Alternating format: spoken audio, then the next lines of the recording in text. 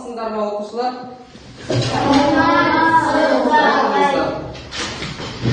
Оқушылар, бүгінгі көңіл-күйлеріңіз қалай сабаққа деген? Жақсы. Ендеше оқушылар, бүгін біз сіздермен сымсыз желілер деген тақырыпта сабақ өтетін боламыз. Қазір енді оқушылар, сіздер сабағымызды бастамас бұрын қазір мына жерге адаспан әріптер атты сіздерге жасырылған сөздер бар. Осы сөз әріптерді алып сөз құрауыңыз керек. Қайдеке бағыттарыңыз керек, бір әріптер алсаңыздар.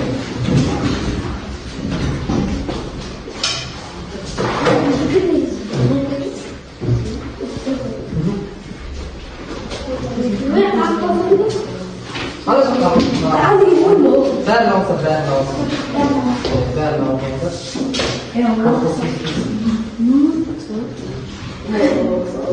әріптерді алдым ғой? Енді сол әріптерден сөз құраймыз. Қандай сөз шығады? Құраймыз. Сіздерді қандай сөз?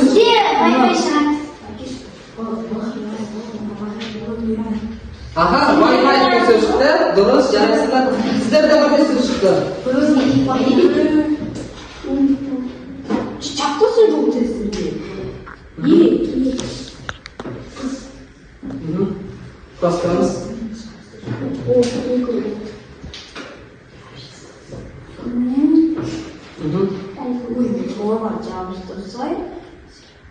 Bakın siz dedim. Ben de söyleyeyim.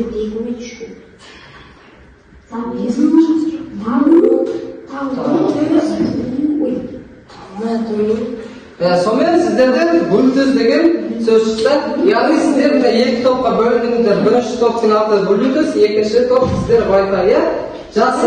Енді оқушылар, сіздерге ойын қосу мақсатында сіздерге қазір барлықтарыңыз интерактив тақтаға қараңыздар. Осы жерден сұрақ қоямын. Сұрақ қоймас бұрын бүгінгі біздің сабағымыздың мақсатымен таныстырып кетейін. Бүгін біз сабағымыздың мақсаты сымсыз байланыстың артықшылықтарын түсіндіру. Сабақ мақсаты сымсыз байланыс ұғымы мен түрлерін бүгінгі сабақта анықтаймыз. Сымсыз байланыс түрлерін бір-бірімен салыстырамыз және сымсыз желі түрлерін қолданудың маңыздылығын не істейміз? Сипаттап кетеді екенбіз. Ал енді оқушылар, мен алғы сабақты пысықтау мақсатында сіздерге қазір интервью әдісі арқылы сұрақтар қоямын. Сол сұрақтарға сіздер жауап берулеріңіз керек. Келіспе? Ендеше бірінші топқа сұрақ, компьютердің негізгі құрылғыларын атаңыздар. Қандай негізгі құрылғылары бар? Компьютердің негізгі құрылғылары монитор, тақта, желі блок, тышқан. Дұрыс айтасыздар. Бұлар компьютердің негізгі құрылғылары болып табылады. Екінші топқа сіздерге осы компьютердің негізгі құрылғыларының қызметтерін айтып кетсеңіздер. Мысалы, перне тақта қандай қызмет атқарады? Перне тақта ол ақпарат жазуға арналған. Жақсы, жаңағы монитор бізде ақпаратты не істейді? Экранға көрсетеді екен. Сол сияқты негізгі қызметтері бар. Қазір енді барлықтарыңызға экранға қараңыздар. Бұл жерде қандай сурет көріп тұрсыздар? Ненің суреті? Не суретті көріп тұрсыздар? Қандай? Wi-Fi. Фотоаппарат, компьютер, телефон.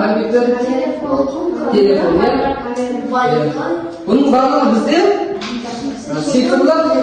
цифрлық технологиялар және соның ішінде бізде бұлар не? Дұрыс айтасыздар. Сымсыз желілер. Яғни сымсыз желі деген жаңағы қазіргі кезде технологияның дамудың арқасында адамдардың қажеттілігіне көп қолданады екен сол сымсыз желілер. Ал енді оқушылар, қазір мен сіздерге бейне материал көрсетемін. Соған назар аударыңыздар. Барлықтарыңыз бейне материалды көріңіз. Оқушылар, сендер үй жағдайында кейбір мекемелерде интернетке модемдер арқылы кабельдердің көмегімен қосылатынын білесіңдер. Алайда мобильді телефондарда және де басқа құрылғыларда интернетке сымсыз желілер арқылы да қосылу мүмкіндігі бар. Қазіргі таңда сымды желілерге қарағанда сымсыз байланыс мүмкіндіктері өте жоғары екенін де білесіңдер. Ақпаратты тарату ортасының типтері бұл сымды және сымсыз болып екі түрге бөлінеді. Сымды байланыс өткізгіш kabel және оптикалық кабельдер арқылы жүзеге асырылады. Ал сымсыз байланыс бұлар радио байланыс, Wi-Fi, WiMAX жатады. Сымды байланыс жүйесі бұл байланыс объектілерін цифрлы деректерді өзара жалғастыратын құралдар жүйесі болып табылады. Байланыс жүйесі ретінде кернеу жолдары желі пайдаланылады. Сымды байланыс желілерінде Ethernet кабелі мен іске желі адаптерлер қолданылады. Екі компьютерді Ethernet кабель арқылы бір-біріне тікелей жалғауға болады, бірақ оларды жергілікті желіге қосу үшін бізге маршруттизатор қажет болады. Компьютерлерді немесе мобильді телефондарды және басқа да құрылғыларды сымсыз Wi-Fi желісіне қосу үшін Wi-Fi модемдері қажет. Wi-Fi ағылшынның wireless fidelity сөзінен шыққан, ол сымсыз желі радио байланысының стандартын білдіреді. Қазіргі таңда кең таралған және баршаға танымал IEEE 802.11 хаттамасы болып табылады. Көбінесе осы хаттама Wi-Fi деген сөзінің қысқартылған атауымен аталады. Wi-Fi кабель орнатуға қолайсыз орындарда, мысалы ұшақтарда, ғимараттың сыртында, мобильді құрылғыларда желіге қосылуға мүмкіндік береді. Wi-Fi базарда, сауда орталықтарында және мәдени орындарда төлем жасау, ақша аудару, тағы сол сияқты қызметтер үшін қолдануға өте тиімді.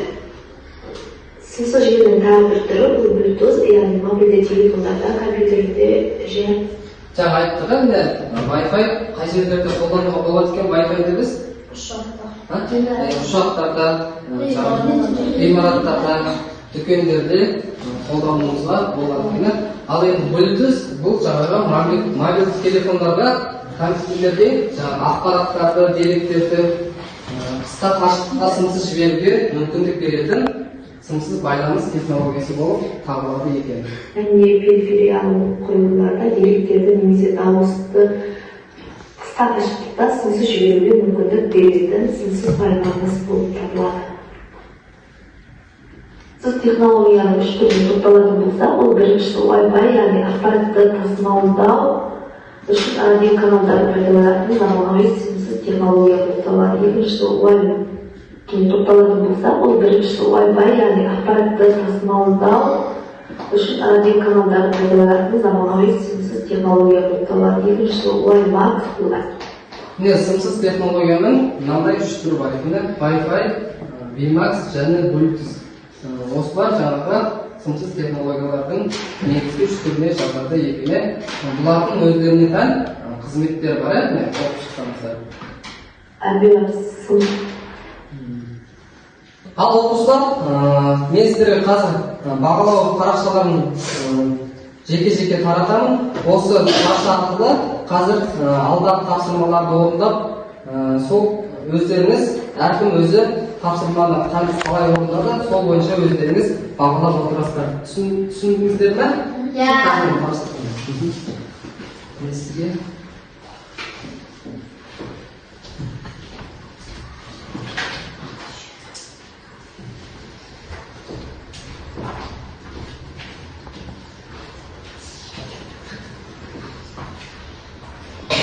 аты жөні деген жерге өздеріңіздің аты жөндеріңізді жазып қойыңыздар. Сосын қазір тапсырмалар бойынша өздеріңізді бағалап отырасыздар. Ал енді оқушылар, сіздерге бірінші тапсырмамен хат әдісі арқылы сіздерге тапсырмалар беремін. Осы тапсырманы топпен бірлікте не істейміз? Орындаймыз. Бірінші топқа не? Сұрақты оқимыз.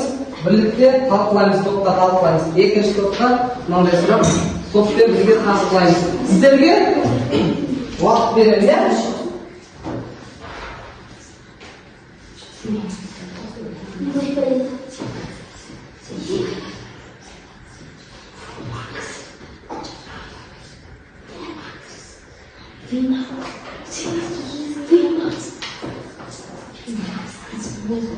Дайын болсаңыздар, біз дайын деп айтыңыздар, иә?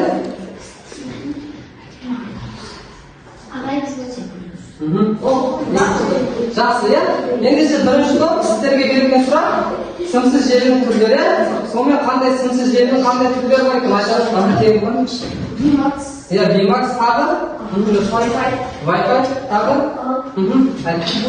Ya Bluetooth ya, ya'ni VMAX, Wi-Fi, Bluetooth bo'lsa, 3 turi bor ekan. Endi sizlarga berilgan surat. Surat o'qiymiz. Simsiz texnologiyaning aqlsizliklarini kelishib kerak. Bluetooth simsiz jilning eng ko'p talablaridan biri. Ya. Do'stlarim, qanday aqlsizliklar bor ekan, misol Wi-Fi'ning qanday aqlsizligi, kamchiligi bor deb o'ylaysizlar? Mana videoda ko'rsatilgandek, qanday kamchilik bilan aqlsizliklar bor deb o'ylaysizlar? Ya qanday aqlsizliklar bor ekan? Wi-Fi yaqin аймаққа байланыс таратушы ретінде радио каналдары пайдаланатын заманауи сымсыз байланыс. Ya жақсы ya. Tag'i kelesi VMAX-ка.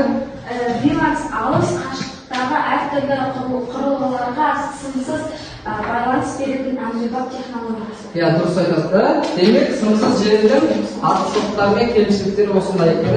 Бұның артықшылықтары жаңа видеороликте көрсетілгендей, кез келген жерде, дүкендерде, ғимараттарда бізге көп ықпалы тиеді екен.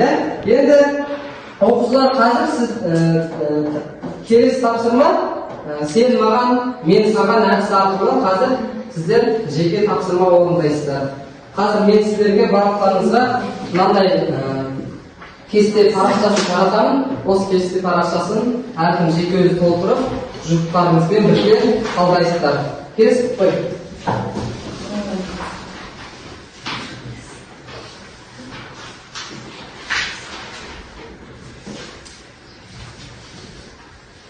Қараңыздар, сіздерде тапсырмалар бар. Кестенің бірінші бөлігінде сымсыз желі түрі, сымсыз желі түрін жазасыздар, жаңағыдай айтып кетіп қой.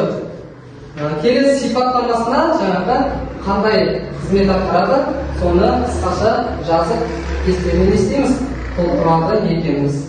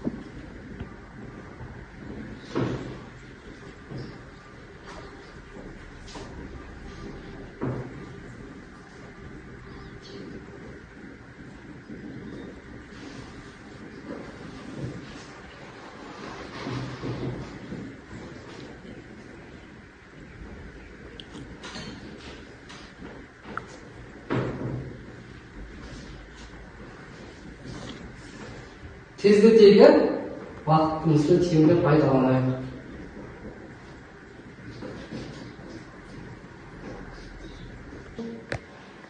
Ал оқушылар, тапсырманы аяқтап болса, қазір жаңағындай жұптарымызбен біз ауыстырамыз, қағаздарымызды тексереміз, бір-бірлерімізді. Соны тексеріп, жаңа бағалау парақшасында егер дұрыс болса 4 балл, дұрыс емес болса жаңағы тексеріп, қате дұрысын есептеп, бағалау парақтарында балдарын қоясыздар.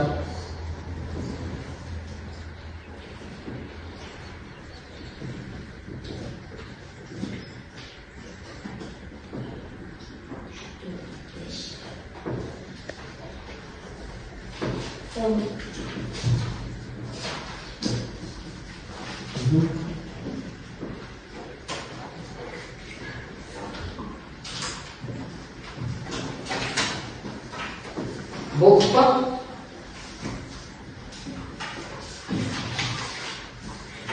Жақсы, бір-бірлеріңіз бағаладыңыздар ғой, бағалау парақтарына балдарыңызды қойыңыздар. Ал енді оқушылар, келесі тапсырма кім жылдам әдісі арқылы қазір барлығымыз компьютерге отырып практикалық жұмыс істейміз. Компьютерге отырып сіздер интернетті пайдаланып, интернеттің пайдасы және зияны деген тақырыпта ақпарат іздеулеріңіз керек. Қазір барлықтарыңыз компьютерге отырыңыздар.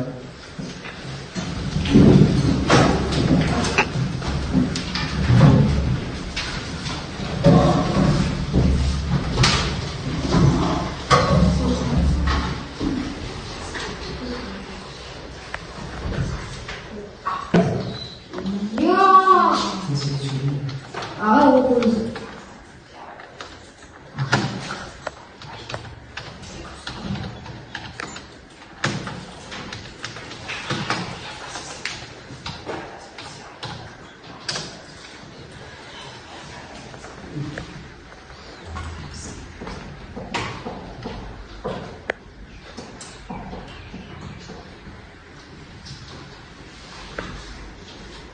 Бастадым.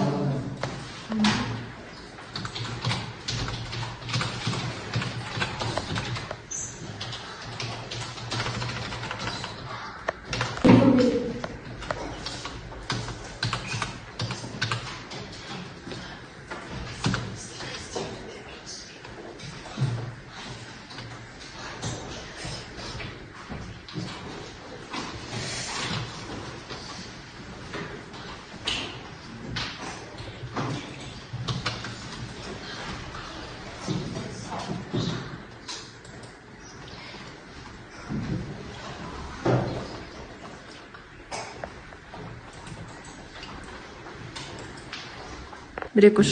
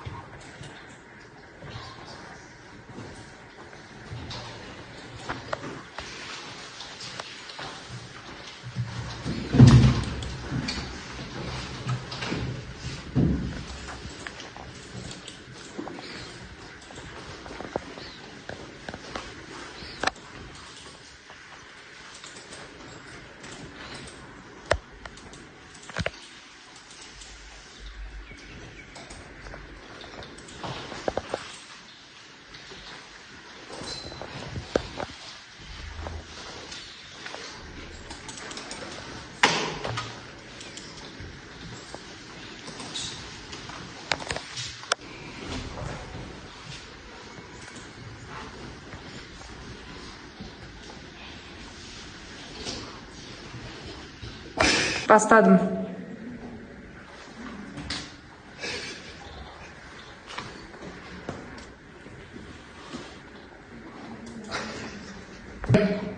Ал енді оқушылар практикалық жұмысты аяқтаса, қазір компьютерді программадан шығып, өзіміздің орнымызға келіп отырамыз.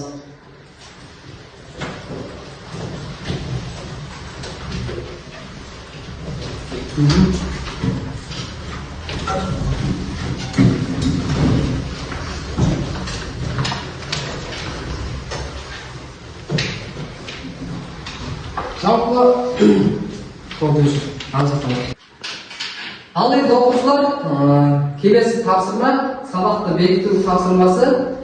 Қазір барлығымыз экранға қараймыз. Wordwall платформасы арқылы тапсырманы орындаймыз.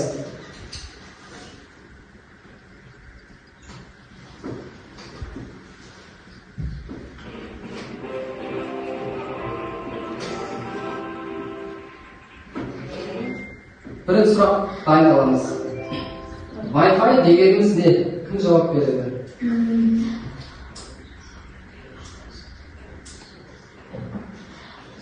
Аға, кел алып қоймас.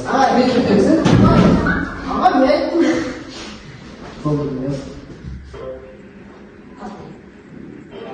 Аға, дұрыс, жақсы. Отырамыз. Келесі сұраққа дайындалып отырамыз. Екінші сұрақ. Bluetooth дегеніміз не? Аға, кел алып теңіз ба?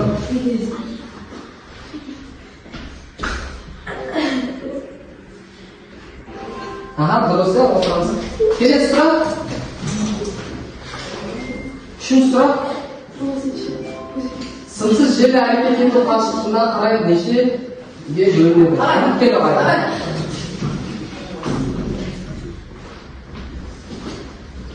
İşte. Дұрыс, үш түрге бөлінеді. Келесі сұрақ.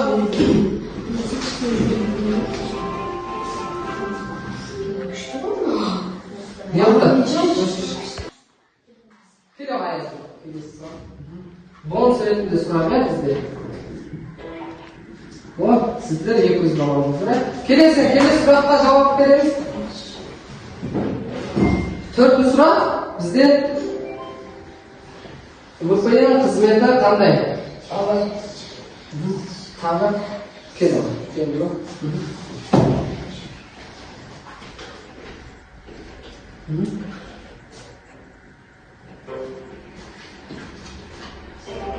Дұрыс, ағайын сымсыз желілерде қолданылатын екен. Келесі соңғы сұрақ бізге дайындаламыз.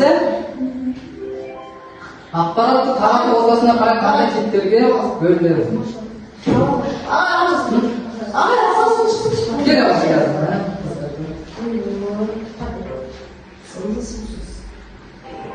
Жақсы, сымсыз. Келесі өшіреді. Ал енді оқушылар келесі тапсырма мұқият қараңыздар. Сәйкестендірулеріңіз керек. 400 Wi-Fi Linux-та. Аймақтық деген қайсы келеді? Терминал келеді ғой. Дұрыс, Linux-тағы. Келесімен мұқият оқимыз. 10 метр Wi-Fi ма 400 ба? Қайсы сәйкес келе қайды? Жоқ, қате. Келесі мұқият оқыңыздар. Телефон. Кел аяға.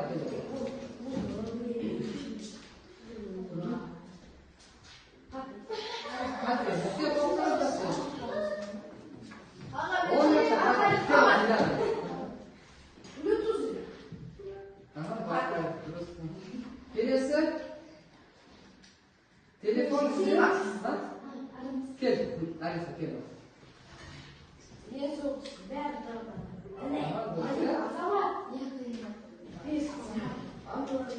Жақсы түсінікті ғой, оқушылар.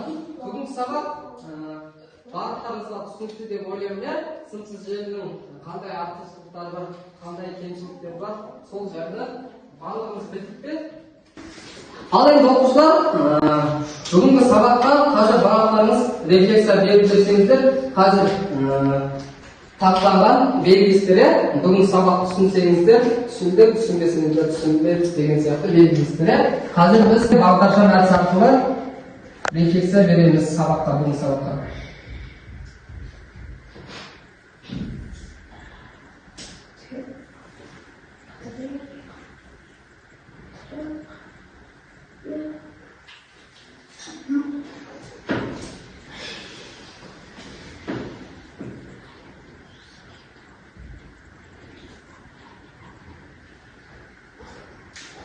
Оқушылар, бұл жерде сабақты егер түсінсеңіздер, жақсы түсінсеңіздер, жасыл батырманы басасыздар, орташа түсінсеңіздер, сары батырманы, төрттен түсінбеген жағдайда қызыл батырманы басасыздар. Қазір екі топтан кезек-кезекпен келіп, өздеріңіз таңдауларыңызды жасайсыздар. Бастайдан келіңдер, бұл қыздарға басар. Бүгін сабақ түсіндік. Келіңіздер, реттетімен келіңіздер. Жақсы, кел оқыңыз.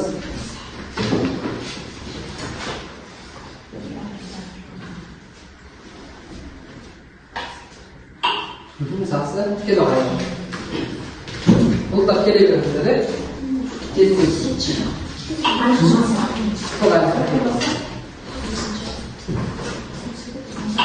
Жақсы, кел оқыңыз.